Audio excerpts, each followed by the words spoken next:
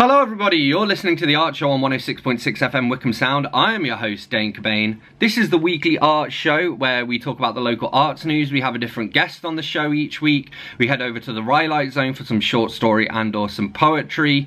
We catch up with Twangling Jack Ford over in the Oak Shed, and we have some local unsigned and indie music as well. As always, you can email me here at the studio on dane.cobain@wickhamsound.org.uk. That's dane.cobain@wickhamsound.org.uk. I particularly want to hear from poets, musicians, people with MP3s that they'd like to share, as well as anyone who thinks they'd make a good guest for the show. You can also find us on Facebook if you search for The Art Show on Wickham Sound, and we're repeated here on Wickham Sound on Monday nights. We're on the Wickham Sound Listen Again, and you can check us out wherever you get your podcasts. So this week's show is a little bit of a different one. We're getting JV Hilliard back in. So one of the things I try and avoid doing is to have the same guest on twice.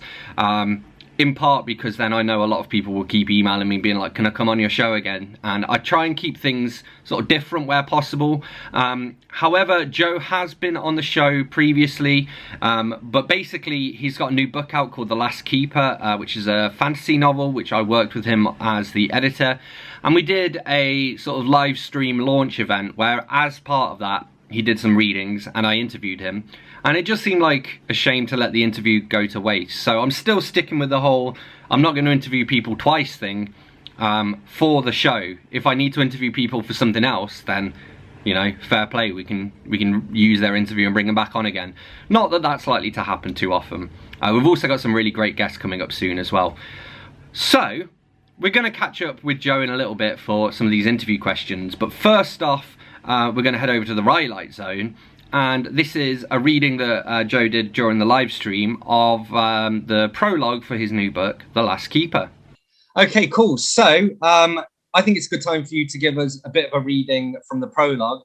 Feel free to make any opening remarks as well. In fact, it might be good just to give us a bit of background about how the book came about as well, because I think there's quite a cool story in terms of, you know, where the decision to write the book came from. Yeah, you know, I like, I think many others found during the first wave of COVID, extra time that I didn't have professionally and personally. And during that downtime, many of us were stuck at our homes and trying to find other ways to keep ourselves busy. And this is a story that's been rattling around in my head for a number of years. In part, it's because the story is based on 30 years of playing Dungeons and Dragons and other role-playing games. And so some of the characters and even some of the plot lines are kind of taken from the campaigns that I've either DM'd for my characters and the adventurers or others have done. So for example, you know, Ritter, one of the main characters in the book, is one of my old player characters. And so in part it came from that. The other side of it is the character of Damus, one of the other main characters. His struggle with Great Taurus happens mostly through his honoramancy in these dreams he has of the future, and that's lightly taken from an experience I had when I was younger. When I was in middle and high school, I had a recurring dream about somebody that had claimed that they were a guardian angel of mine, and they were coming to tell me that I needed to do something. And as a kid, that's pretty scary stuff. But it had happened to me about anywhere between a half dozen to a dozen times that I can remember. And ever since then, I've had sort of, you know, this idea behind, you know, the terror that comes when someone falls asleep and is out of control and doesn't understand what's going on. And Damus's struggle within the book is really gathering those powers and understanding what his ancient or his god is telling him. And so that's really where the two lines of the book had come from. One, a personal experience that I had growing up, and the other was really, you know, an experience I've had over a period of years, decades, in fact. So with that, I'd love to start to read. I'll give you the first reading, which is from the prologue of The Last Keeper. And it starts out with a little bit of a quote. I try to do that at the beginning of every one of my chapters. The blade of betrayal, the sharpest of weapons, is wielded not by your enemies, but by your friends. From Warminster the Mage. The sun was beginning to show red over the horizon as the wooded hollow and the shadows of the Dragon Breast Mountain stirred. Light streamed into the valley, illuminating the dew that clung to the long blades of grass and turning it into a sea of little stars. The first song of the morning echoed out of the trees and was soon supported by a chorus. The soft, steady rush of a stream lay beneath the sound of the birds. It was a new one that had survived the flood of the last rain and might one day carve its own valley out of the mountain. Overhead, a breeze gently rustled the leaves of the treetops, seeming to whisper wordless secrets over the forest. In an instant, a single ear-splitting sound drowned the valley in a thunderous clap. A white-hot blaze of magic twisted in the air, charring the ground beneath it. Birds fluttered into the frenzied cloud, while woodland creatures scattered in all directions. A human figure, hunched and bleeding, tumbled out of the rift and onto the blackened ground. After a long moment, the figure, a man, finally stirred. His burnt hands pressed into the scarred landscape, and with one excruciating difficulty, he forced himself into a seated position. He drew a long breath before he lifted his head. The man's face was dirty, his countenance heavily obscured by soot and ash. From his slow movement and hunched posture, he could have been taken for an old man, though in truth, he was barely beyond 40.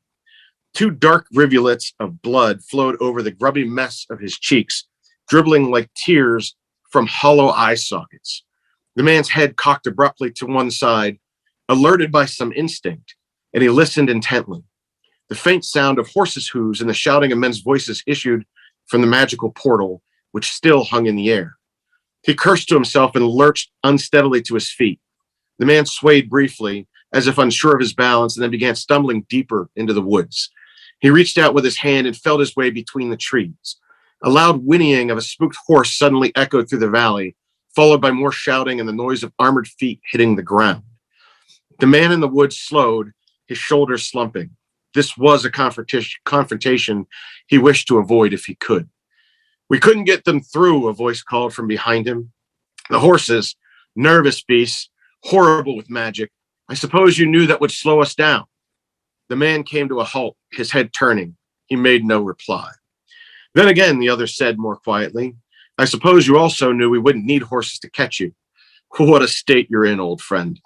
"Still better looking than you, Captain," the man answered. His pursuer sighed. "You can stall all you want, Grey Taurus. We have to take you back to the cathedral, and you're in no state to run any farther." "Do you see me running?" Grey Taurus replied, and with a sharp gesture, he uttered a single word, and the door in the air disappeared. "At least your horses can run free now without you." "Why are you trying to force my hand?" The captain was beginning to sound frustrated. "We can reopen the portal at need. You're only drawing out the inevitable." "Oh, is Radu there?" "Poor fellow, you ought to be back with your books," Grey Taurus said, raising his voice and turning his blind eyes towards the crowd of men flanking their leader. There was no reply. "Really, Roan, he's always been rubbish with a sword. The great keeper must be desperate." "I volunteered," Radu said, revealing himself. His voice trembled, and Grey Taurus sensed fear and adrenaline in his words. "What a piteous fiend you've become." Grey Taurus shook his head and cackled. The words stung true, but he refused to let them know it. His old teacher must have been pushed to the edge to ride here in his condition. "You should have stayed there, Precept," he said, pushing himself defiantly away from the trunk and taking a blind step in the direction of his pursuers. "You know I have orders to kill you if you refuse to come," Roan said. His tone had turned clipped and professional. "I'm asking you one last time, Grey Taurus. Don't make me do this. Don't make my men do this. They're as much your friends and fellows as I am." Grey Taurus just stood silently, resolute despite his weakness, and his mouth flattened into a proud, angry line. Roan's armor rattled as he jerked his head, and his troops moved to flank and surround their target, drawing their swords with a cacophony of hissing steel. "It's over," Roan told him. "You must surrender to the will of Erud." At this, Grey Taurus's expression hardened further. "You know," he said, "an all-knowing god such as Erud ought to have seen this coming and resolved it before it happened. Erud has no will." "Heresy," Radu snapped from the ranks of the soldiers surrounding him. "No, Radu, it's true," Grey Taurus went on, unbothered. "Because if Erud had a will, one would think, logically speaking, that they'd do something to stop what I'm about to do." The knights shifted toward Grey Taurus as Roan raised his gauntleted hand to give the kill order. All of them moved a split second too late. Only Radu, quick-witted and poor with a sword, had either the cowardice or the presence of mind to stammer out a protection spell. Drennering Unterführer dot, the blind man uttered. All the men surrounding him winced in agony, grabbing at their chests and throat. Pain grew in Great Taurus's arms, pulsing through his veins. A magical necrosis drained the energy from the trees and grass around him. The waves of energy inside him morphed from life to death, temporarily becoming one. The spell was working. Drennering Unterführer dot, he repeated with some difficulty. The troops writhed and collapsed to their knees, as did Roan, though Radu had evidently escaped. Great Taurus did his best to ignore their groans, as well as the brutal, scorching pain that racked his entire body as the spell took effect. Almost unable to stop himself, Great Taurus repeated the incantation one final time, completing the spell. He fell to his knees, trying not to faint, but the spell had taken something from him too. He realized that Roan's knights were dead, as much from a rising stench as though his magical senses. But the spell kept moving onto the valley itself, leeching life out of the flora, stilling the limbs of insects, seeming to even deaden the noise of the nearby stream. He felt the stolen strength of the living things in the hollow rush into his limbs. The pain was still there, but as seconds passed, it became less intense, and he found that he could stand tall. Before he knew what he was doing, he made his way to his former friend's corpse, where it lay in the gray and ossified grass. The grass, or the plants, once green and pliant, now crunched harshly under his feet, and once or twice even broke his skin. Great Taurus knelt among them, feeling for Roan's body. When his fingers found the mail-covered torso, it rose slightly under his hand. He started. One hand flew to Roan's mouth to check for breath, and he felt the faintest gust of touch his palm. Stunned, he sat back. The captain was clearly on the edge of death, but by all rights, he shouldn't have survived the first wave of the spell, let alone the last. Great Taurus paused, listening to Roan's quiet, labored breathing. Apologies and explanations sat just under his tongue, but his lips twisted against them. You brought this on yourself, he told the dying man. The two of us must make a grim picture, he thought, sitting in the middle of this stillness born of death rather than peace, surrounded by petrified trees and scorched earth. This hollow will never be a natural place again. His heart skipped a beat, then slowed to a deathly pace as his spell continued to exact a toll on his body. The pain returned with a vengeance, searing through his flesh like hellfire. In agony, a single wild thought suddenly entered his brain, and he quickly spoke the incantation of another spell, one that would both save and damn Roan, one that would preserve their friendship, even if it was only in the most twisted possible form. In that moment, he only wished not to be alone. Though still unconscious, Roan drew a harsh breath, followed by a loud, keening scream. The cracking of bone met Great Taurus's ears as the man beside him began to transform. At the same time, his own pain intensified so that he too was unable to keep from crying out. His strength finally drained to its limits by the necrotic ravages of the spell that had petrified the hollow. Great Taurus lost consciousness and collapsed onto the ground. Moments later, the nameless beast that had once been Roan Talamer stirred and woofed quietly, sat back on its haunches, and waited for its master to awaken. All right, that was JV Hilliard reading from his new book, The Last Keeper. You're listening to The Art Show on 106.6 FM Wickham Sound. I'm your host, Dane Cobain, and it's time for a little bit of music. This is a new song that I wrote. I actually wrote it at my mum's house. I'm originally from a town called Tamworth in the Midlands, and so this is called Rabbit in Tamworth.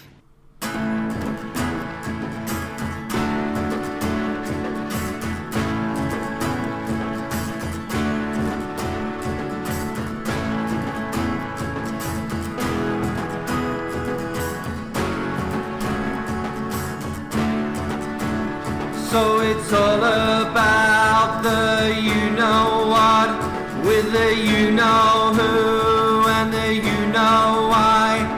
I try so hard, but I can't stop thinking about you. Ooh.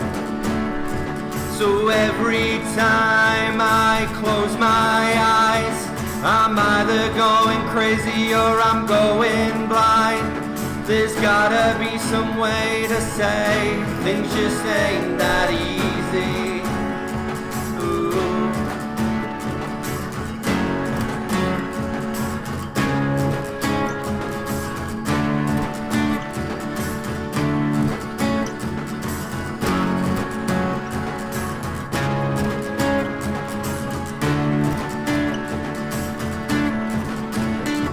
My heart beats racing and I'm scared to death. Spent half my life trying to save my breath, and it's only something stupid that I thought of when I wasn't thinking. It's easy to see it and believe you me.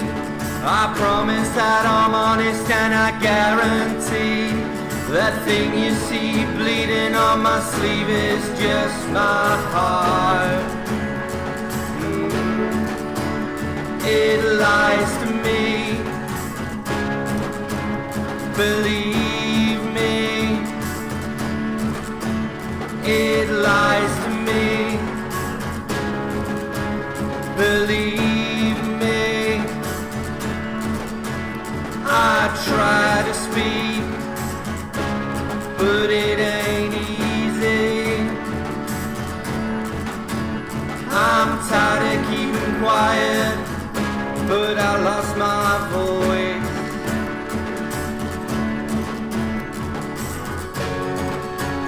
Now I'm calling out your name. The foxes and the wolves have gone insane. Now I'm sitting on the kitchen floor alone. The house where I grew up is not my home. Wish I was stoned. Wish I could get stoned. Wish I was stoned. Wish I could get stoned.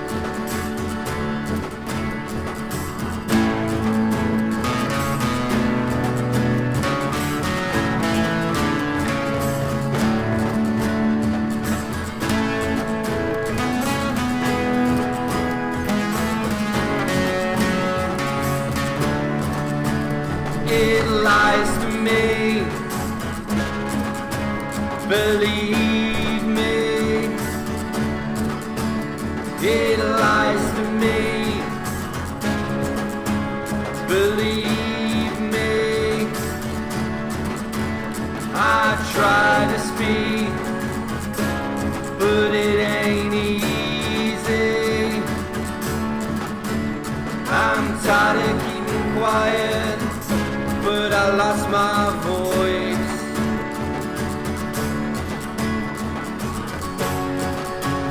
Now I'm calling out your name. The foxes and the wolves have gone insane. Now I'm sitting on the kitchen floor alone. The house where I grew up is not my home. Wish I was stoned. Wish I could get stoned. Wish I was stoned. Wish I could get stoned. Wish I was stoned. Wish I could get stoned. Wish I was stoned. Wish I was stoned.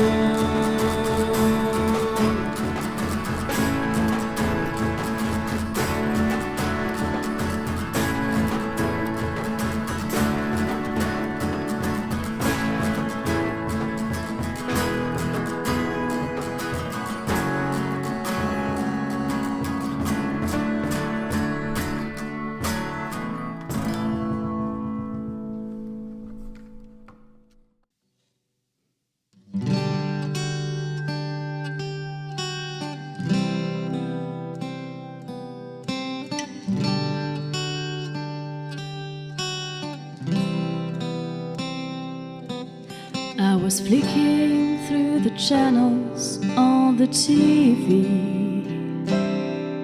on a Sunday in Milwaukee. walking in the rain, trying to piece together conversations, trying to find out where to lay the blame. But when it comes right down to it, there's no use trying to pretend. For when it gets right down to it, there's no one here that's left to blame. Blame it on me, blame it on me. We're just sugar mice in the rain.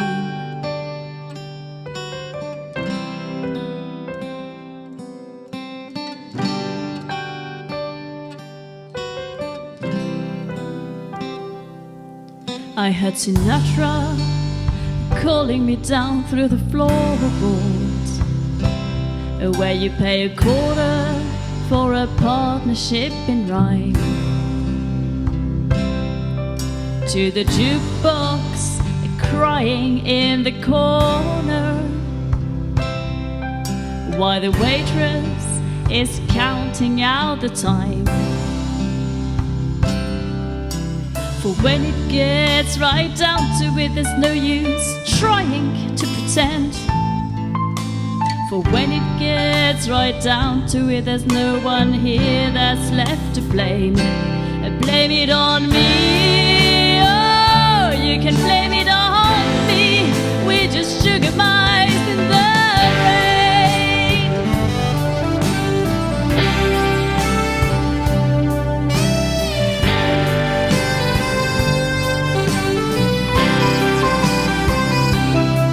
'Cause I know what I feel, know what I want, I know what I am. Daddy took a rain check.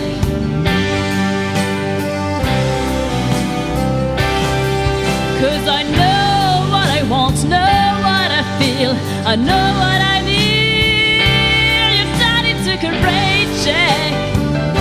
Your daddy took a rain check. Ain't no one in here that's left to blame but me. Blame it on me.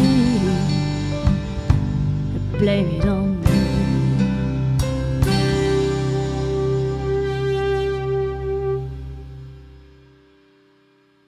Well, the toughest thing that I ever did was talk to the kids on the phone. When I heard them asking questions, I knew that you were all alone. Can't you understand that the government left me out of work? I just couldn't stand the looks on their faces saying, what a jerk. So if you want my address, it's number 1 at the end of the bar, where I sit with the broken angels, clutching at straws and nursing our scars. Blame it on me, you can blame it on me. Sugar mice in the rain.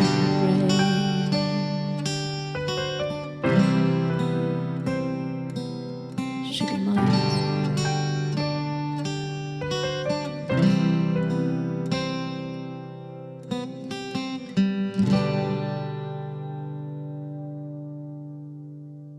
That was Sugar Mice by Fabulous Parfait, and before that we had Rabbit in Tamworth by myself, Dane Cobain.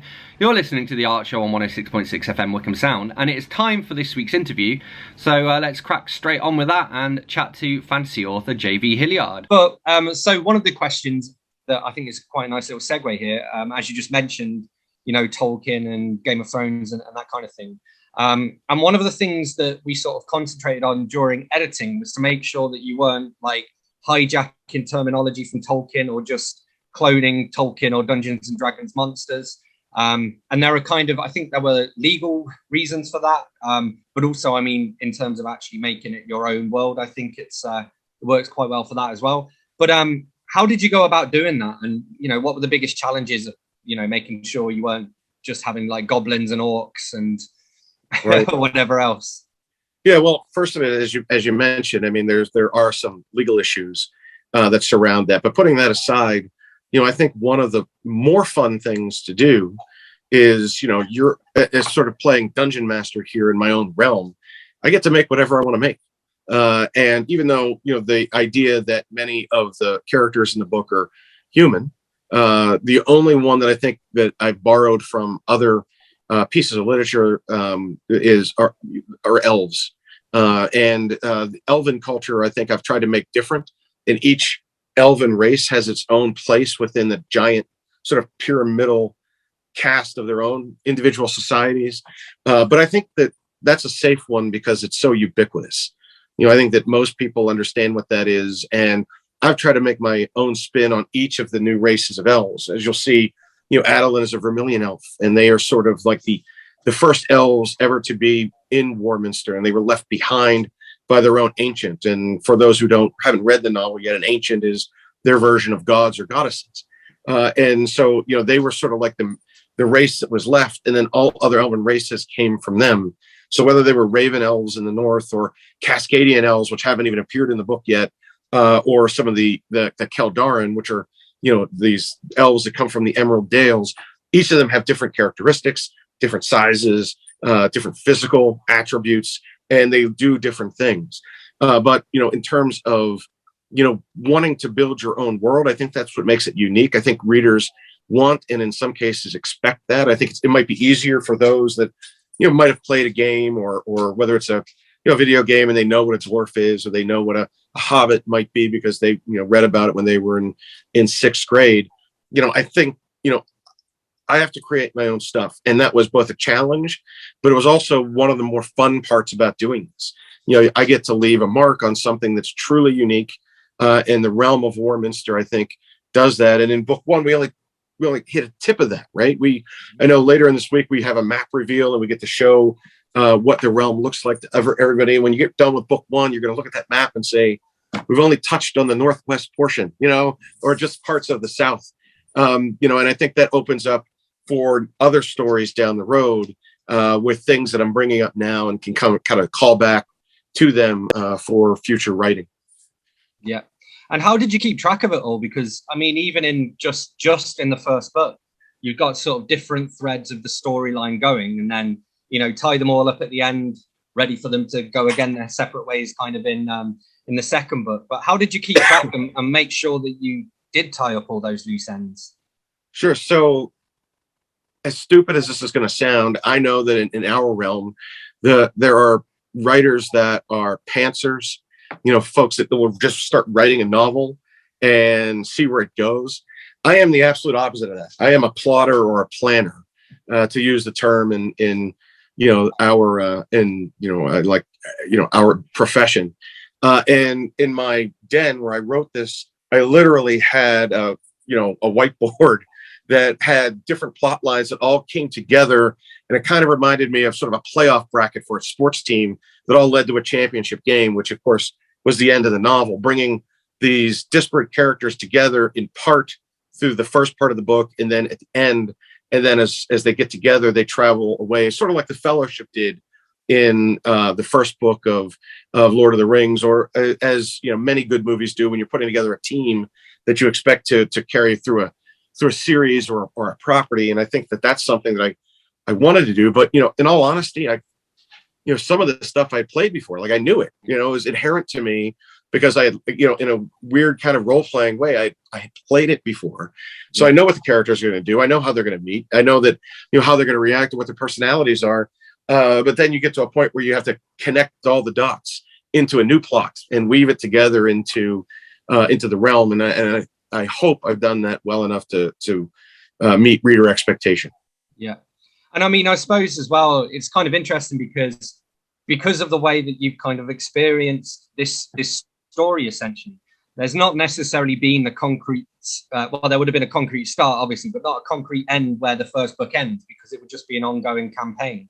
And some of the work that we did, actually, because we've just, you've just kept on writing and we've kind of figured out where's the best place to end this. Even going on to books 2 and 3, we're still looking at, okay, well, should we end it here or should we end it here? And the other thing that we worked on as well during the edits was making sure that we didn't overwhelm people with too many characters, because there is a fairly large cast of characters, and the temptation is to throw them all in right at the beginning. So how did you find that process of trying to, keep it manageable from a reader's point of view, so that as you're adding new characters, they're not getting overwhelmed and forgetting about the ones they've just read about?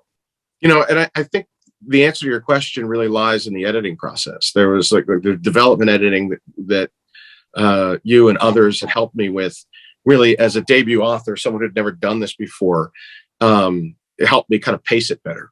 And as part of that, I think I went in the beginning and I gave way too much information up front. And the advice I had gotten from you and others were to kind of pare that back, let the reader not just know the characters, but also identify with them and learn from them. And so much of the story that in the beginning was frankly just a very big epic fantasy novel turned into a series as a result of that. Because I think as folks fall in love, I hope folks fall in love with the characters and can identify with the struggles and the obstacles that they have to overcome. I then start to add in books 2 and books 3 and beyond other characters that might be minor characters or adjacent to the plot in books 1. Now you get to see their stories revealed in book 2. And I think that from a pacing perspective, I think that helps too. So you don't know everybody's background from the beginning.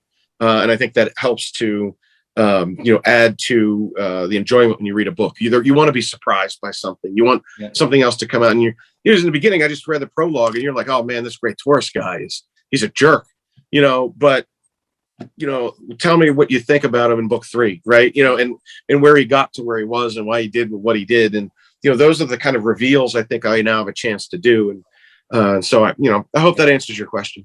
Yeah, it does. I mean, I was just thinking that's funny because obviously only book 1 is out so far. And I am privileged enough to have read the manuscript for book 2 as well. So I'm sort of privy to a little bit more information than most, but obviously you as the creator, you know the whole story as well. And there've even been, I'm sure there were times when we were working on the book when I left a comment somewhere saying, I'd leave a comment saying like, I hope this comes back into it later, or you've mentioned this, like you need to make a bigger deal of this. And you're kind of there like, don't worry, I've already, it's very deliberate, So it's kind of like, there's the old writing rule, which is like, if someone's going to fire a gun at the end of the 3rd act, you need to mention it in the 1st act.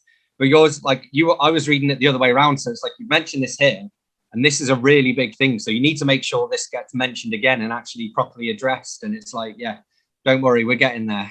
Yeah. And I think I've done that a few times. And when I've had, beta readers take a look at the book 2 and other copy editors, I always get that in the edits. And then later on in the book, they're like, oh, I see you addressed it. Right. But it's like, and I think that's fun, but that pacing I had to learn, and I still need to be coached on that from time to time. Yeah. Well, I mean, it's something that you just sort of keep on learning over time, I suppose. And I mean, the more books you work on, the more rounds of edits you go through, the more you're going to pick up and be able to apply to the next. But so, I mean, I suppose the hope would be, I mean, especially after the first book, I mean, it took us like 18 months or something to get it just perfect for release. So the hope is the next one will not take 18 months, Yeah, well, yeah. And as you know, it didn't. It took 3, and then you started editing. Right. I was writing part of that when I was writing the first one. Stuff was already done, and I've got half of book 3 done already. It becomes a muscle memory. It's a habit, and you want to tell the story. So there's a passion and an energy that if you're the right kind of author, I think that comes out. I'm not writing, for the sake of writing. I'm writing something that I'm passionate about because I really like the story, and I want other people to know the story too. You're listening to The Art Show on 106.6 FM Wickham Sound. I'm your host, Dane Cobain. I'm here in conversation with author J.V. Hilliard, talking about his new book, The Last Keeper, and this is confined by Without My Addiction. Oh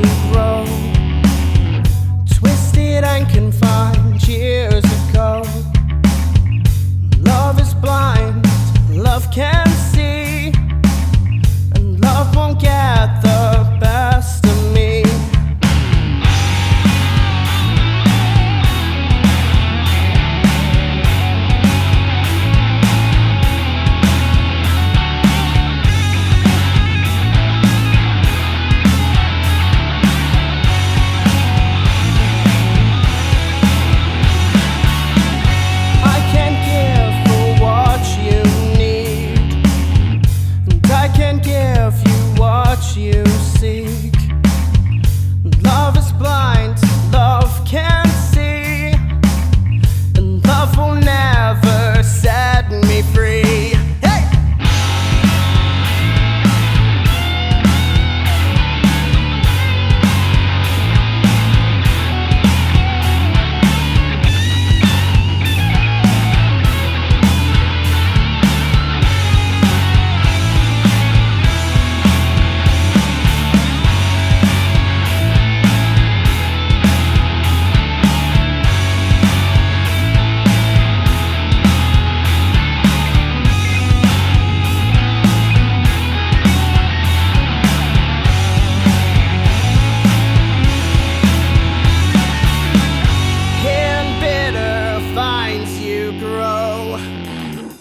Twisted and confined years ago. Yeah!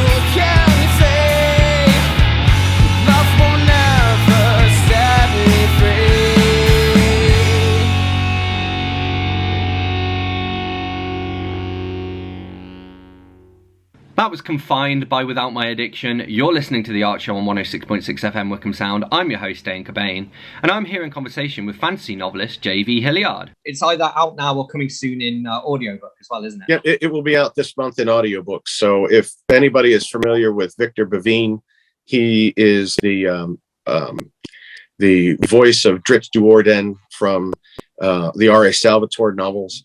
And he and his team put together a real nice version of the book. And so the audiobook should be available as early as next week, if not by the end of the month.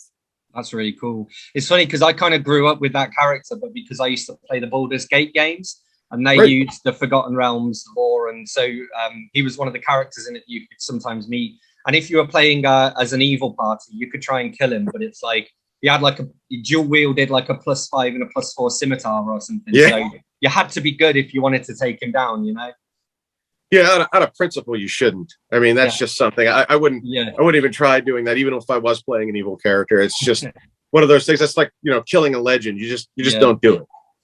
Yeah, for sure. But I mean, that's one of the interesting things, I think, because again, him as a character, he's pretty overpowered, you've got to say. Whereas I think the characters in The Last Keeper, there's none of them really that stands out as being like super overpowered or infallible or anything like that. I mean, maybe Ritter is probably the closest, and even then he's a much better bowman than a swordsman, and so he has his kind of weaknesses. Whereas with like Doern, it's like, he could go one-on-one against the dragon and win, whereas if any of the characters from this tried that, they'd get fried, but I think that makes them more relatable and more approachable as characters. Yeah, I think that, as you mentioned a little earlier, it's nice to have characters that are flawed. I mean, Dritz is maybe my favorite character of all time, so I can't cast any aspersions to him. But I will say, like you, I grew up on those novels as well, and really enjoyed playing the game as part of it, and learned more about him and the other characters from Forgotten Realms and or video games.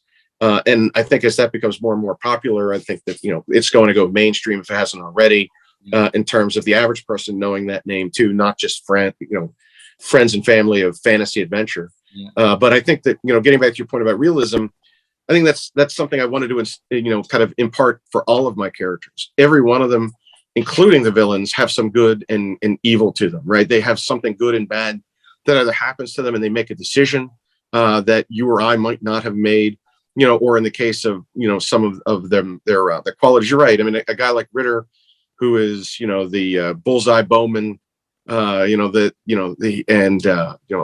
learn a little bit more about him later. He's somebody that might be, a great warrior, but also, has his own weaknesses. And same thing with Damus. He's fighting to grow through his youth. He's learning to use these powers that even he doesn't know, or as powerful as they are. So in the beginning, I look at it as sort of like a Dungeons and Dragons character, right? Yep. You start out at level 1, whether you're playing Baldur's Gate or playing D&D, and your characters aren't as good as when they get to higher levels. And so, a lot of these folks, especially save for Grey Taurus in the prologue, they don't have much life experience. They're early 20s, mid 20s, and in in Damus's case, he's 16, 17 years old. Yeah. And so he's learning to be better. He's learning to master his skills. And I think I need to capture that as part of the spirit of the novel and show growth in those characters. And they're not always going to make the right decisions. So, yeah.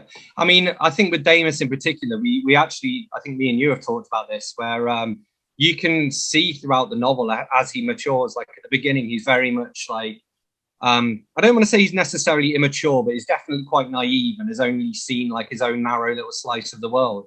And then by the end of the novel, the way that he talks, the way that he acts have all changed slightly. And it's not a sudden change. It just sort of happens slowly throughout the novel as a real character would mature by the things he's seen. By the end of it, he's seen enough stuff to, be as cynical as an old man, really. So it's kind of a miracle that he is still relatively, relatively the same character, but he's definitely matured from the first page to the last. Yeah, and that's my goal. I think you'll see a lot more of that maturity in the second novel, Vorden's Lair, which will be out sometime in the spring or summer. And by the end of the book 3 or book 4, he's grown from this teenage near manhood into full manhood. And he becomes more formidable as a result of that. He's seen, like you said, he's seen horrors and things in the world that he couldn't capture when he was growing up as a cloistered noble in Castleshire, or being taught in the Cathedral of the Watchful Eye. I mean, he's been hunkered down and away from things. He hasn't been able to see the world except for one trail that leads from one city to the next. And now he gets to go out and not only see that there are dangers there, but understand better what he needs to do and the opportunity he's been given as the last keeper. Big thank you to JV Hilliard for joining us. You're listening to The Archer on 106.6 FM Wickham Sound. I'm your host, Dane Cobain, and this is Mr. Grey by Humans Can't Reboot.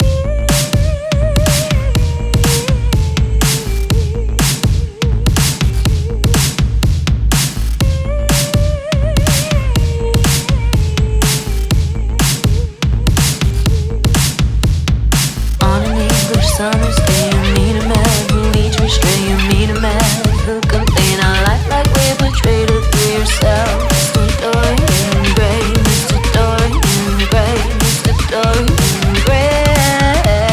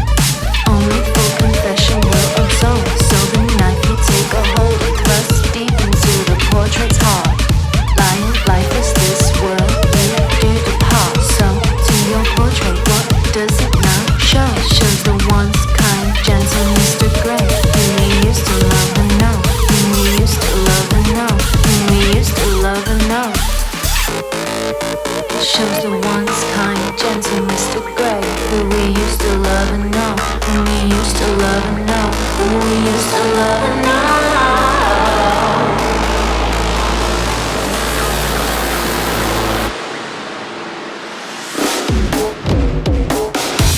Behind your hidden mask, I see the horrors of your past inside extravagant dreams, and you live a life of pettiness of you. Cheated your life, you murdered your best friend, and yet your poor trade takes all the blame.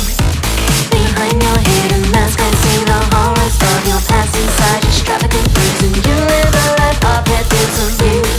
Cheated your life, you murdered your best friend, and now it's tale and your name of all that remains.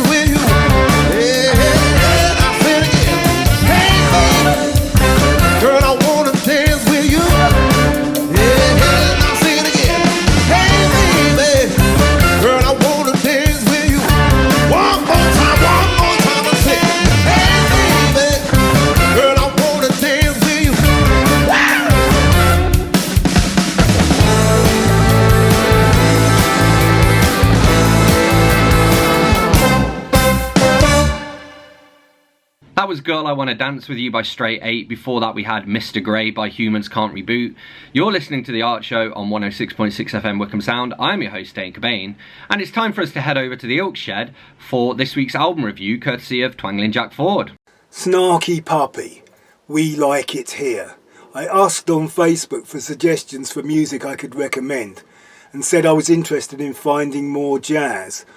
A jazz musician of my acquaintance called O'Malley, who I know from the open mic circuit, offered me a number of suggestions, but the only one I recognised was Snarky Puppy. However, to call Snarky Puppy jazz would be to put off a large number of potential listeners. They do not call themselves jazz, but a pop instrumental ensemble. There are about 18 members. They are American, and they look implausibly young to me. My first impression was that they were a bit like the Hot Rats and Grand Wazoo Zappa projects, but though they can be very clever and intricate, unlike Zappa, they are never a challenge to listen to. The many virtuoso improvised solos are each dazzling but never resort to the insane parping of the avant-garde. The ensemble playing is smooth with horns playing jazzy harmonies like Ellington or Chicago Transit Authority. They sometimes get funky and use a lot of synths like the great jazz rock fusion groups Weather Report or Return to Forever. The guitar solos are often sustained and distorted and rock, with echoes of the Mahavishnu Orchestra. There are classical elements and passages that could be film music or a Quincy Jones cop show theme, and all kinds of world music. And they all look so young and fresh-faced, like kids from Fame. The album is available to listen to free on Amazon Prime, but you can watch the whole thing being recorded live in the studio with an audience on YouTube. I watched the YouTube and then listened to it on Prime, and I think it is better as a visual experience. It has had 28 million hits, so not just me then. Snarky Puppy, we like it here. Big thank you to Twangling Jack Ford for this week's album review. Thank you to JV Hilliard for joining me. Thank you to everyone whose music I've shared. Thank you to you guys for listening as well. As always, if you've got any feedback, you can drop me an email on dane.cobain@wickhamsound.org.uk. That's dane.cobain@wickhamsound.org.uk. I particularly want to hear from poets, performers, musicians, people with MP3s they'd like to share, as well as anyone who thinks they would be a good guest. You can also listen to us on Catch Up. We're on the Wickham Sound Listen Again. We're repeated here on Monday nights. We're also on iTunes, Spotify, and wherever else you get your podcasts. And you can find us on Facebook if you search for The Art Show on Wickham Sound. So, until next week, I'm going to leave you with one last tune, and this is Gold by the very talented Tom Bradley Jr. I will speak to you and see you and whatnot next week.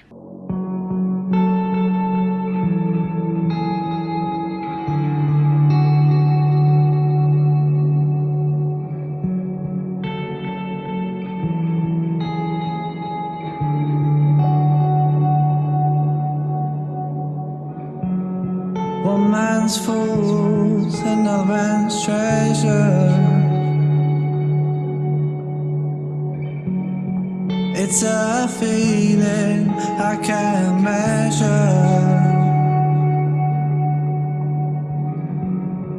Open your heart up to me, yeah. And maybe then you will see you were made of gold to me. You were made of gold to me.